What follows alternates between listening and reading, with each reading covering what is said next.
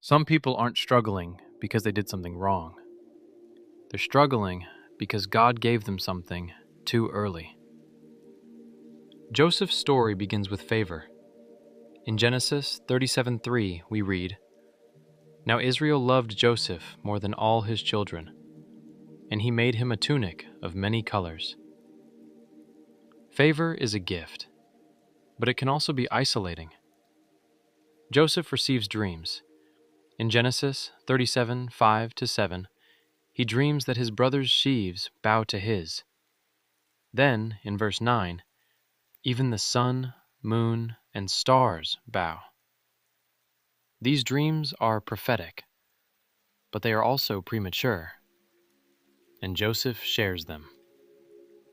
That moment matters. Not every revelation needs an audience. Favor without maturity creates friction. His brothers don't misunderstand him, they resent him. In Genesis 37:11, it says, "His brothers envied him." Envy turns quickly into violence. They strip him of his robe, throw him into a pit, and sell him for silver. The dreamer becomes a slave. That is the first tension of Joseph's life. Promise, then betrayal. Dream, then pit. God gave the vision, but the path looks like collapse.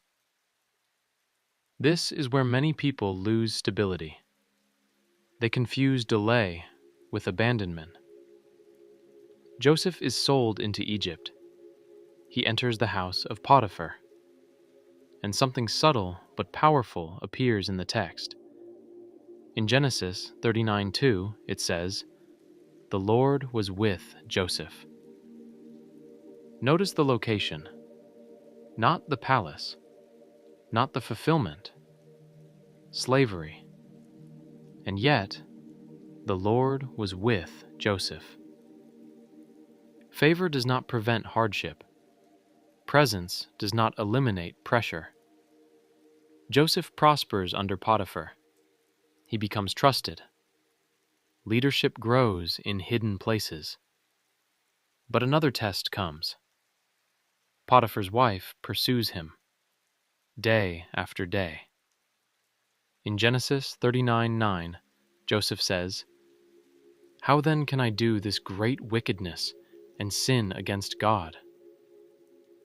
That sentence reveals something critical. Joseph's integrity is not situational. It is internal. He doesn't say, "I might get caught." He says, "It would be sin against God." Discipline shows up long before destiny. He refuses. And what is his reward? False accusation. Prison. In Genesis 39:20, Joseph is chained. Again, the text repeats, "The Lord was with Joseph." Presence, not promotion. He is forgotten in prison after interpreting dreams for others. In Genesis 40:23, it says, "The chief butler did not remember Joseph, but forgot him." Forgotten. After integrity. After obedience. After resisting temptation. 2 full years pass before Pharaoh dreams. 2 silent years. This is the most dangerous phase. Not crisis. Silence. Many people can endure pain. Few endure delay. When Pharaoh dreams in Genesis 41, Joseph is finally remembered. He is brought from prison. Notice something powerful in Genesis 41:16. Pharaoh asks if Joseph can interpret. Joseph answers, "It is not in me. God will give Pharaoh an answer of peace." No ego, no bitterness, no self-exaltation. He has been humbled by time. Joseph interprets the dream. 7 years of plenty, 7 years of famine. He proposes a plan: storage, preparation, discipline. Pharaoh elevates him from prisoner to governor. But the greatest test is not betrayal. It is power. His brothers eventually come to Egypt for food. They bow before him. The dream returns. Now Joseph holds authority. Now he holds leverage. He tests them. He watches their character. He listens to Judah offer himself in place of Benjamin in Genesis 44. Something has changed. Then, in Genesis 45:5, Joseph reveals himself. And he says something profound. Do not be grieved or angry with yourselves because you sold me here. For God sent me before you to preserve life. This is not denial. It is perspective.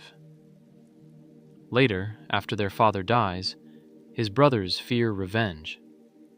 In Genesis 50:20, Joseph says, "You meant evil against me, but God meant it for good." That is maturity. He does not pretend evil was good. He says God used it. Joseph's strength was not the dream. It was the discipline during delay. He resisted temptation when no one was watching. He served faithfully when forgotten. He managed power without revenge. And he interpreted betrayal through sovereignty. The story of Joseph is not about quick success. It is about controlled endurance. Some of you are in the pit. Some are in Potiphar's house. Some are in prison. The dream feels distant. But the Lord was with Joseph in every phase. Presence is not measured by promotion. Integrity before influence. Character before authority. Discipline before elevation. Joseph's life teaches something dangerous to modern ambition. If you cannot handle obscurity, you will not handle authority. Delay is not punishment. It is preparation.